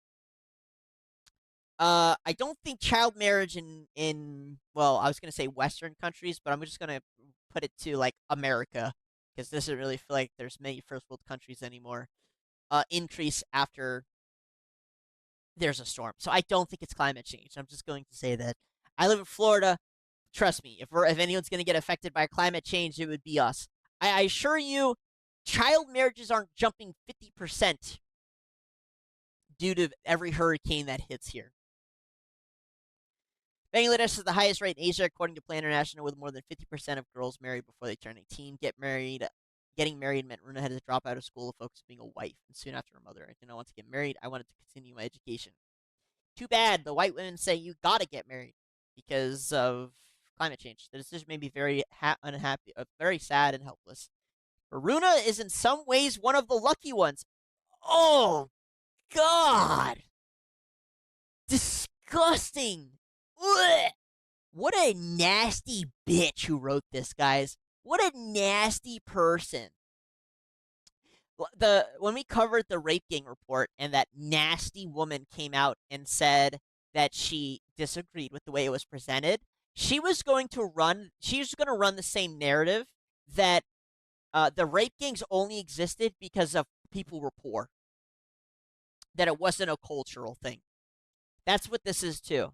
Bro, women gotta hold these other women accountable. This is why sexism happens. Sorry, it's a terrible comment. It's not why, but this is not helping. But Runa is in some ways one of the lucky ones because a few years later, her husband's family allowed her to return to her studies. That makes her lucky. So she's basically getting R-worded and forced to have a baby, and she'll never actually be able to pursue a career, but she's lucky because they returned to her studies. You're a nasty person, bro. You're a nasty-ass person. You're evil. It makes me feel happy and hopeful about my future. I also want to make sure that my son receives a good education and has opportunities to achieve his dreams. Runa wanted to share a story to help prevent other girls from being married before they are ready. El Nino is expected to intensify child marriage rate. Cameral Hassan Shawan said, he too often met girls who aspire to be doctors, pilots, or even entrepreneurs lose sight of those goals when they become a child bride. Bro, I feel like exploding right now. I feel like I'm gonna go lose my mind. I'm gonna lose my mind. Seriously. I'm losing it, guys. I'm actually losing it. This fucking bastard said he too often met girls who aspire to be doctors, pilots, or even entrepreneurs lose sight of those goals when they become child bride. Like, even the way it's presented as if it's the little kid's fault. Oh yes, this 16-year-old, it's her fault that I got her pregnant and made her a slave, and then she didn't want to be a doctor anymore. And then this grown-ass white woman thought that was a really good. She's like jumping up and down in joy. She's like, "Look at me! I'm giving this brown person attention and letting them speak their voice. Yay! You're promoting child rape, you sick fuck! Like what? What the fuck?" The Climate Change and Resilience Program Manager for Plan International in Bangladesh said with the right pathways, these girls would go on to work wonders if they were not married off. No shit. Making life safe for them is enough, he said. What? But Mr. Shaman is worried this year's El Nino would intensify the risk of child marriage in the country. Yeah, that's not why you have child marriage in your country, you retard. But you know that. But you don't want to be held accountable. You don't want your culture to be held accountable, so I get it. You want to blame it, and then you have a bunch of white women standing behind you cheering you on because they're sick fucks. We are facing climate experiences almost every year. Everyone does, and El Nino will affect us dearly. Everyone is experiencing climate change. Guess what? Our first idea here in America when we suffer from a natural disaster isn't to marry off our firstborn daughter. You retard. What am I reading right now? This is an actual article. This year's El Nino is predicted to be among the strongest ever recorded. It is forecast to increase rainfall in Central Asia, the southern parts of South America, the U.S., and other parts of the Horn of Africa. Yeah, and notice in the U.S., we don't immediately start marrying off our youngest daughter to a Muslim man. It could cause, for money, it could cause drought in Australia, Indonesia, parts of Asia, and Central America, and trigger hurricane formation in the Central and Eastern Pacific. We really need to work hand in hand with Australia and other countries because when Bangladesh is struggling, the struggle will eventually reach out to Australia and other parts of the world. What? In what way? What? How does that make any sense? What? What are you even saying? Is this like, I can't believe this is real. This is crazy. Funding needs to focus on climate resilient livelihoods. Funding needs to focus on killing evil cultures that marry off little girls for money. That's what funding needs to do. This is wild, man. New research from Plan International and the University of Technology Sydney found girls were disproportionately affected by climate change across Asia and the Pacific. Yeah, they're just disproportionately affected by everything because of Islam. Like what? The full report, they'll do anything other than blame their culture or their religion. Anything will be blamed. The full report, which is due out later this year, looks at how climate-related shock and environmental stressors are shaping adolescent girls' life trajectories in Bangladesh, Nepal, and Solomon Islands. Plan International's Miss Sony said it was necessary research as governments around the world had been slow to recognize the link. Bro, that's the link that you fucking came to? It's not Islam? Not Sharia law? You went to these countries and you were like, wow, these Muslim men keep selling their daughters. Must be climate change. That's the conclusion you came to? That's incredible. That is so incredible. While the Australian government requires a climate and gender focus in its foreign aid programs, Ms. Soni said response to climate change and environmental disasters still focused more on rebuilding infrastructure and recovery efforts rather than social impacts like child marriage and violence against women. We can't shy away from the fact that there are young people, the future of their countries, but also of this global community, they're going to be affected by child marriage. She said this is a call to action for governments, especially the Australian government. To do what? Don't look at it as an isolated issue that has nothing to do with climate change, because all these issues are intertwined. They're not, though, right? Let me think about it more. Let me put it in perspective for you white women or you retards. I have two options. I can remove climate change or I can remove Islam. I wonder which one will decrease child marriage the most. I wonder which one. Right? Which one? Leave a message in the comments if you think you know the right answer, guys. Tell me which one you think would reduce the amount of child marriage in the world. If you took away climate change or if you took away Islam. Sharia law. Tell me which one. Because this white woman seems to think that it's climate change.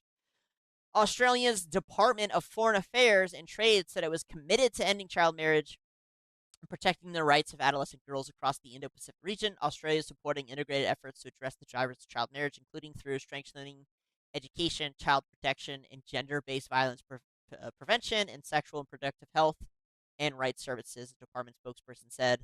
Under Australia's international development policy, gender equality and climate action are placed at the very core. What a joke. What a fucking joke. Nowhere on track to end child marriage. No region is currently on track to meet the 2030 target of eliminating child marriage, according to Girls Not Brides. Yeah, that's because you think it's climate change is the problem. Shreya Ghosh, the organization's head of Asian engagement, said child marriage had become a coping strategy for families losing livelihoods and income. Bro, this is not real life, man. This is not real life. And then I have a picture of her. And she's a Muslim. It's not real, guys. I can't believe what I'm reading. This is the craziest article I've read in 2026. Whew, it's a coping strategy, yeah. Again, whatever. But she said child marriage was a solvable issue, and many marriages could be prevented if funding and resources for child marriage were better integrated into climate change. Are you fucking kidding me? So the other woman who had made a lot of comments about the rape gang inquiry, she had the same theory, was that if you just gave all the migrants lots of money, then they would stop raping and pillaging. That was like her philosophy too. Dude, you guys are not giving women a good image with this shit. I'm telling you that much. Not that it's not supported by retard liberal men too. All of this is happening because there's not strong enough support mechanism in the first place. Again, it's just give them lots of money and they'll stop selling off their daughters. Yeah, that has nothing to do with it. It's about making sure that we have very strong response when disaster or situation strikes, but more importantly, to keep the work going when things are calm, to bridge those gaps, to reduce the inequalities, and to increase the resilience of households. Whew, it's a lot of commie gobbledygook. Mrs. Ghosh said that it was also vital more women and girls with knowledge of their communities were involved in tackling the problem. They are not there to really speak about how this issue is impacting them, and that's why the policies are not responding to their needs. Yeah, that's why, I'm sure. Fucking retards, bro. Holy shit. Building climate resilient livelihoods is so critical to addressing child marriage. I'm sorry I'm laughing. It's not really funny. It's awful for these children. I've seen, like fucking, children less than 10 who are pregnant. And I assure you it had nothing to do with climate change, and it had everything to do with Islam and Sharia law. Fucking hell. It also teaches girls digital skills to help their families make more money by being able to liaise directly with supermarkets to sell their produce. What? For example, so they become vital to the household income, less likely to vary it off. What? Brother, are you fucking kidding me? So, excuse me. they'll do anything but say it's a culture problem or that it's a religious problem or that it's an ethnic problem. Anything but say that. Anything whatsoever. In Cambodia, where the organization has run climate adaptation programs combined with education, digital literacy, and women's advocacy sessions in rural villages, the child marriage rate dropped in those areas by at least 65% over 3 years. Yeah, I'm pressing X for doubt. It works. You need to have a community based. But again, if I have two options, right, and I can either ban Islam and the practice of Sharia law, or I can fix climate change, I bet you one of those has a higher percentage success rate than the other, and it's not the climate change one. It works. You need to have a community-based approach to really prevent the practice. Any investment you make on girls, there is generational impact that happens. What an insane dude! Everyone involved with writing that needs to be hung by their neck. Like, that is a crazy article. I can't believe it. I had no idea that was there. I was only planning on reading the headline. Jesus. This is back on the UK thing. I forgot to read this. Sorry. This is the next Prime Minister, Andy Burnham. He said he's talking about the right-wing terrorism thing. This is appalling. Hatred against Muslims has no place in our country, and I'm determined to stamp it out. If only you were determined to fix the grooming gang problem. Phew. Phew, phew, phew. Oi. What an eventful day, huh, guys? What an eventful day. Told you it was going to be a long episode. Still got more. We're going to jump over to Japan now. This news is not as bad. It's more technological. But just like China, Japan has also experimented with a reusable rocket. And if you're just listening, we covered China's first catch of their reusable rocket using a cable system, which was truly incredible. I think we'll see a better view of that today. In Japan here, or JAXA, which is their space agency, has their own reusable rocket.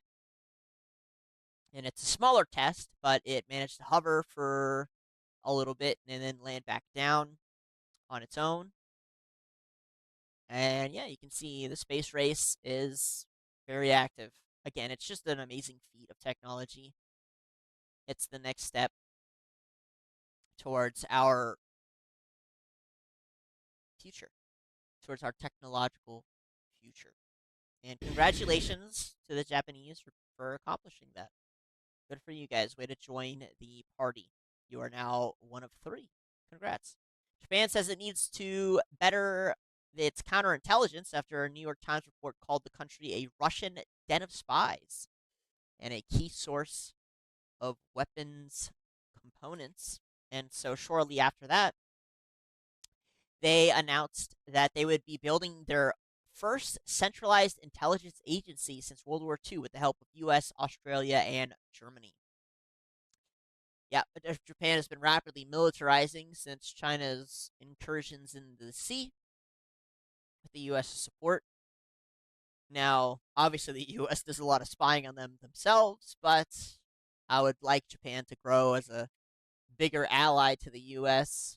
and take the place of the current placeholder that the U.S. says is, which we all know is a lie. But again, congratulations to Japan for seeking its independence either way and militarizing, because unfortunately you need to have a military in today's world. It's just what it is. Otherwise you would get steamrolled by everybody. Next, we are jumping over to China. China courts have ruled that gaming accounts in game items and digital purchases can be passed on to family after death, setting a major legal precedent. I mean, that's cool. The decision comes from several court cases over the years of judges ruling that these digital assets have real value and should be treated like other property. In one recent case, a mother was allowed to inherit her late son's 87 gaming accounts. The court also ruled that platform terms of service cannot automatically block inheritance if the law permits it. However, personal data, such as private messages and chat history, remain protected and are not included. What an intriguing law. But it's a good one. I mean, how many of our Steam libraries would be lost upon death, huh? I don't know. China's made a lot of headway when it comes to digital property. And it's coming at a time when Western companies are kind of doing the opposite. This is the cable system that China used. You can kind of see the cables dart across as the arms on the rocket come out and catch the rocket. Sick. Sick. Cool system. It's a cheaper version of what Tesla uses and what Blue Origin uses. And again, it's just the space race. A lot of technology came from the last one. I'm looking forward to see what comes out of this one. We're going to jump over to some robot AI news. July 13th, 2026 will be the... Oh, I already covered this, sorry. This is the drone boats that exploded against Iran. We do have some pretty horrifying news coming out of Thailand to Bangkok. A club, I believe, caught fire. And unfortunately is a pretty big event. A lot of people died. We have the footage here. It's pretty rough stuff. At least 27 people were killed. 63 were injured. But you can see the fire. If you're just listening, a fire kind of breaks out on the back end of a bar. They try and put it out, and it just ends up spreading. Unfortunately, it spread really quick. Wait, hold on. Is this the actual? Yeah, you can see the footage here. It gets pretty bad. Crazy that the back door, one of the exits was actually bolted shut. So, oh my god. Woo! If you're only listening, I mean, it is, the front door became like a flamethrower. A massive flamethrower, just spitting fire out. It's big news. The Prime Minister himself had gone and visited the site. And again, 27 people injured, or killed, and 60 at least injured. It was, I guess it was just a bar. But you can see the Prime Minister there visited, and yeah, sad. I saw a video of phones. They had collected a lot of phones, and parents and loved ones were still calling the phones of the, unfortunate dead people. You can see some footage from inside. It just caught fire quick. There's a lot of alcohol. It's a bar. Obviously, the building isn't fireproof. They don't have the fire safety standards that we have here. Whew, but that footage of the fire out front is rough. Starting to close out here. We only have 3 more. We've got... What's this? What do I got here? Dynamic pricing. This is a new thing you guys are going to have to get used to, and probably should with the fuel prices about to skyrocket. This is a toll road in Texas, Dallas, Texas, where the price changes every 5 minutes based on how many people were using the road. So you can imagine you get stuck in traffic, and all of a sudden the price just increases as you're sitting there. But dynamic pricing will be a massive thing as we go forward. They plan on putting it in restaurants, fast food, toll roads, and based on however many people are demanding said product, the price will go up. And if it's a lower product, so like let's say the fish fillet at your local McDonald's isn't selling, the price will go down. So it's good and bad because it'll give a cheaper option for those who are poor. But obviously, it'll be milking the people who can pay for, the most wanted item. Former Iranian President Mohammed Ahmadinejad is reportedly under house arrest after Iran uncovered his secret contacts with Israeli intelligence. Yeah, no kidding. No kidding. Who would have thought? Who would have thought? No surprise there. I think that might be the end. I've got 2 more reports here. Let's see. A lot of news today. Netanyahu on Lindsey Graham, says the dead politician here in America. Oh, I muted the tab. The last conversation I had with him, I said, Lindsey, we've come of age. We have a robust economy. I'm so tired. I don't watch a lot of news, at least in the form of TV. And the fact that anytime something happens in America, this guy starts appearing on television to tell us what we should think is just so bizarre to me. It's so insane. Like, who asked you, bro? Who gives a fuck about you? Like, what? Why do you have it? Why is your opinion just, flashed all over television? Like, this guy is. We can take care of our own financing our own weapons for the defense of Israel and defense of our common interests with America. So I'm going to phase out the support, the military support for Israel over a period of years and bring it down to zero. We can do it. And he went ballistic. He said, no way, you can't do that, because he was so concerned. Good. God bless his death then. Good riddance to the bastard who want to sell out my country. With our security, which he believed was your security, that he actually fought the Prime Minister of Israel on keeping America's aid or actually increasing it. What, bro? This has got to be one of the most insane interviews now that I'm thinking about it, right? Because, this guy should be sad that somebody who was such a staunch ally and was all about Israel died, but instead he's, super happy and excited. He was like, yeah, even when I told this guy not to give us money, he demanded giving us money anyway. He's such a fucking... just show what he cares about the most.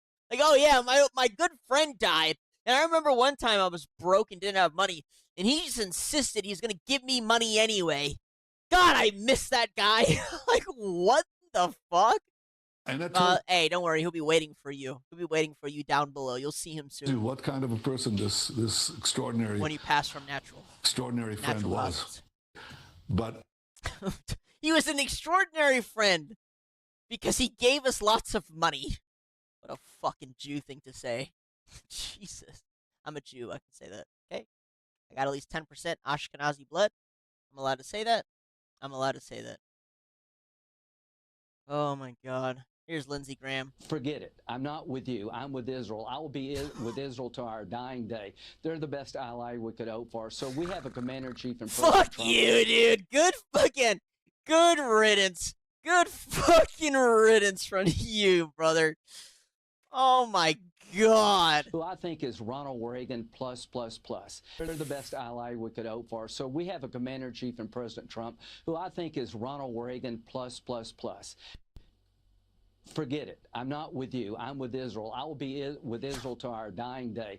They're the best ally we could hope for. Sorry, one more time. So we have a commander-in-chief and President Trump. Forget it. I'm not with you. I'm with Israel. I will be with Israel to our dying day. Well, you're dead. So, good riddance, man. I don't know what more to say. I really don't. I don't even know if I want to end on that. I'm not with you. I'm with Israel until my dying day. Good fucking riddance, you bastard. May you rest in fucking hell. Fuck you. Sorry, I wasn't going to talk shit, I said, but I just couldn't help myself after that one. I think that's it. Let's see what else is trending. It's been a busy Monday, guys. All of this stuff pretty much happened here on Monday. And getting a little bit of a longer episode. Not too bad, only 2 hours. But while I look through here, I just want to thank you guys again for listening, for watching, for commenting, for giving me your thoughts. There's a lot of stuff here to talk about, so please let me know. Let me know. An extra 500 police officers will be deployed in dedicated units to protect Jewish communities across England and Wales following a wave of anti-Semitic attacks. Yeah, the grooming gang report drops, and somehow they care more about the Muslims than the Jews instead. Police arrested 3 young men for stabbing a 47-year-old man to death at a beach in Stenungsund, seriously wounding another man in a heinous crime that has received a lot of attention in Sweden. The 3 arrested are from Somalia, Afghanistan, and Iraq. Yeah, go figure. Who would have thought? Okay, I think that's going to be it for today. I'll collect some stuff for tomorrow. Again, I think my guess is this week is going to be an extremely busy week, guys. Extremely busy week. We're kind of getting back to monitoring the world news, which, you know, I don't know if I'd call it fun, but it's always interesting. Yep, just thanks again. We're really close to 1,000 followers on YouTube, which is exciting as fuck. I don't know what I'll do as for celebration. Mostly just thank you guys a little bit, figure something out. Let's see. I stream every day here on Rumble at 9, usually at 9, sometimes 9:30. So if you want to watch the show live, feel free to come on and chat. I get free money if you type anything in the comment in the little message bar. Love that. We love free money. Who doesn't love free money? But other than that, I hope you have a good morning, evening, night, morning, or afternoon. I hope you had a fantastic weekend. And I will see you guys tomorrow.